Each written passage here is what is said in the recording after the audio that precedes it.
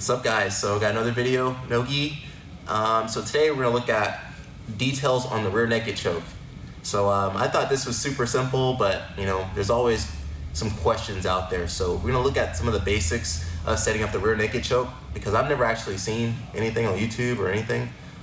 So it's really good to cover something like this, because what I consider like something basic and like super easy, it might be hard for someone starting out, or maybe someone hasn't seen the details like I have or you guys have.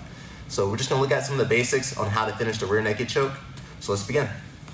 So guys, we're here on the back, so we're gonna work the rear naked choke, and I've covered how to use the hooks, how to turn the person over. You guys can look at my last video for that one.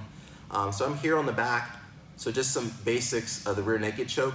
The rear naked choke, it's a blood choke, so it should be putting pressure on your carotid arteries. These are the arteries that take blood from your heart all the way to your brain, so you need those, okay? And a lot of people, they don't really do a full blood choke. It's almost like a windpipe choke. So if someone ever does a rear naked choke and it hurts, that means it's more of a windpipe choke. If it's like, if they do the choke and it feels like pressure, that's the blood choke. That's what we want, okay? And to set that up, it's really important. When I get my rear naked choke, I need to fully extend my arm all the way around his neck, okay? So look how my bicep is sitting this side, and my forearm's gonna hit this side, and both parts of my arm are putting pressure on his neck. A lot of people, when they do the choke, they kind of go short. So you see how my elbow's over here? That's kind of a telltale sign that it's gonna be a windpipe choke. And I might be able to finish here, but there's some really tough people out there and they can withstand this. So if I wanna do the choke the proper way, I wanna get my elbow right in front of his neck, okay? And that's gonna assure that I get the full choke. All right, guys? So not here on the side, I want my arm all the way extended. Okay, and so that's the correct positioning for my top arm, and I think a lot of people have questions about the back arm too. And so I see a lot of different grips. I'll see like grips with the person grabbing their opponent's head, or I've seen like they're holding the elbow, like in the movies they do the rear naked choke like this. I've seen like all types and manners of chokes. So the best way to set up your choke, so once I've got my top arm in, I want to control my bicep on my other arm, okay? And that's because when I control my bicep and I start to bend my arm, that locks my arm in place. If I don't have this grip, or I have some alternative grip, it's going to be easy for him to pull my arm down. Can I pull my arm, this arm? Yeah, there we go. And they're defending your choke, that's kind of like the fight or flight response. They're gonna hold on very tightly, it's gonna be very hard to get my arm back. So once I get this clear shot, I can't afford to lose it.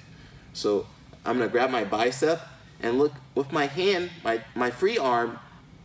I've seen a lot of different ways to do this, but I wanna keep the back of my hand on the back of his head, okay? That's the best grip. And that works because a lot of times, if I go with my hand the other way, he can pull that hand off, okay?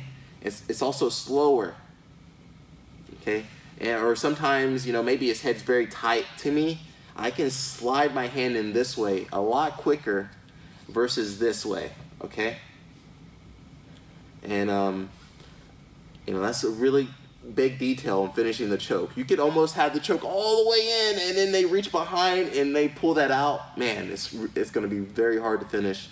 Some other things I've seen where guys they'll get this hand in and then try to sneak the choking arm fingers in, but sometimes they get caught before they can do that, and it's going to be very hard. So again, I want to anchor my arm, my fingers into my bicep and lock it down, okay?